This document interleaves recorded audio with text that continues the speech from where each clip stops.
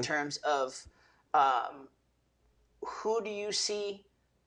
You've worked with Jen. You've heard what Neil Perry has to say in terms of his qualifications. Look, I will. I know I'm going to get elected because I'm running unopposed in the East, but I will work with whoever gets elected. Yeah. It's that simple, and Absolutely. we have to. And when we can talk about that That's fine. in detail. But I did. I met Neil about 20 years ago when we were both into youth sports, and I have to be honest, I was turned off at that point. But okay, and then now we've run into Neil again because he's on the scene again. But when I was dealing, and we're still dealing with this police issue, but again, as I told you before, so many things, the police issue keeps coming up, okay? And when we were dealing with that, Neil all of a sudden resurfaced, and I immediately said he's running for something, but okay. But he started attacking myself and Jim McCarty directly, saying that, the city had a bad deal with that contract and they should be paying it. And then he turned around when presented with the MOU, he said that I was reckless and that I should approve the MOU and I should pay it. I should move the funding to vote to do that. And I asked him a few times on social media because he has not met with me. But I've asked a few times on social media, Neil, I've got copies of those posts on social media that you put. So tell me today, tell us, because people want to know what kind of a mayor you're going to be. If you were in shoes and took office at the beginning of 2018 and found out about this contract, what would you have done? And more importantly, and by the way, I didn't agree with how Jim DeJuga, I want to know, what would you have done? There's no right answer. But if you were sitting in my chair when presented with the MOU, how would you have voted? So, and he has not answered that question. His response to me was that, I've reached out to a mutual acquaintance on 3 occasions to meet with you, and you still haven't met with me. And I responded back and said, a mutual acquaintance.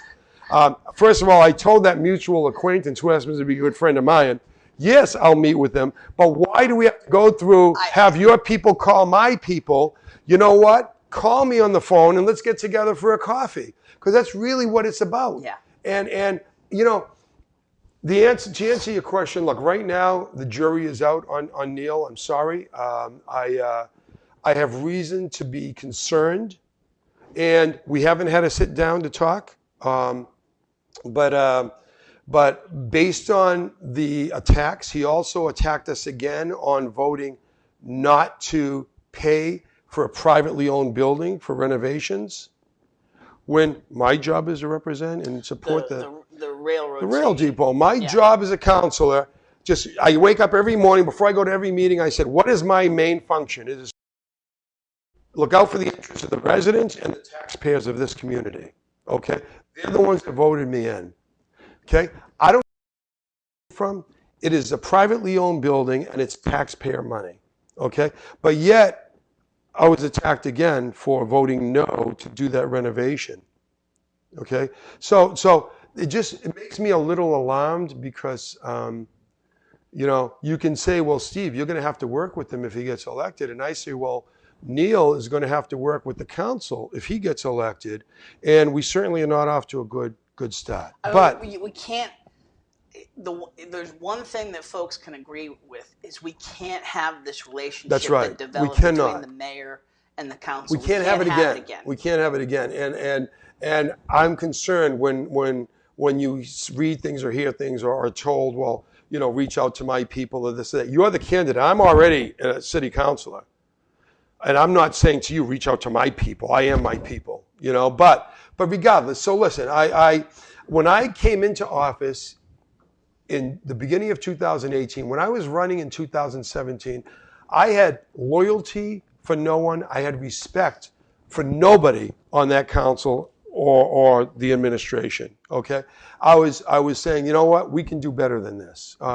In dealing for these very 2 difficult years with Jen Kannan as council chair, and in seeing that she seeing the attacks that she's been coming under, okay, and in knowing that while she stepped out of the meetings dealing with the police contracts, she easily could have hindered our attempts as city councilors, and she didn't do that.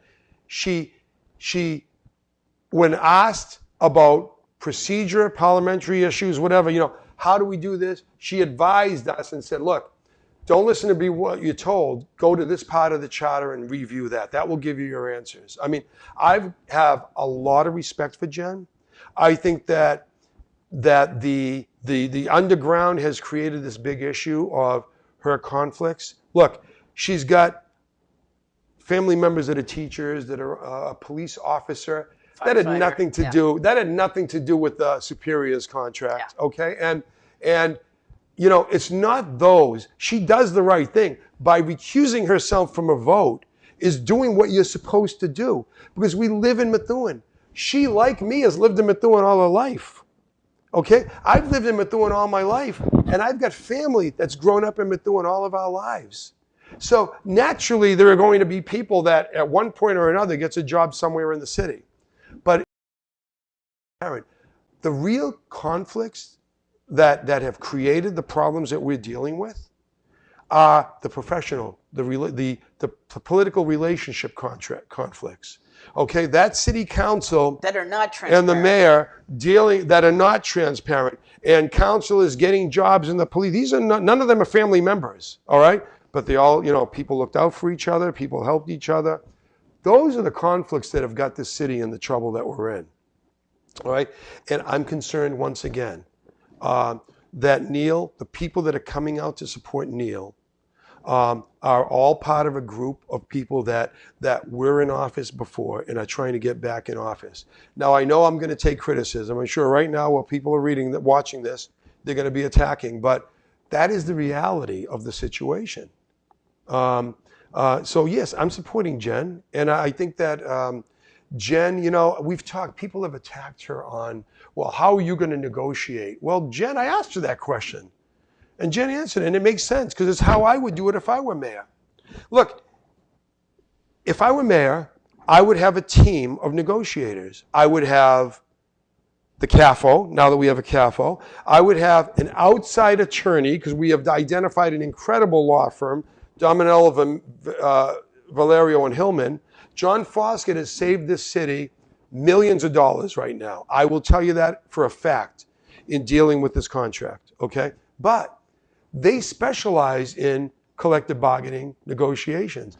If I were mayor, I would have the CAFO, I would have an attorney, an outside attorney, and I would make up a contract negotiating team that would negotiate all contracts.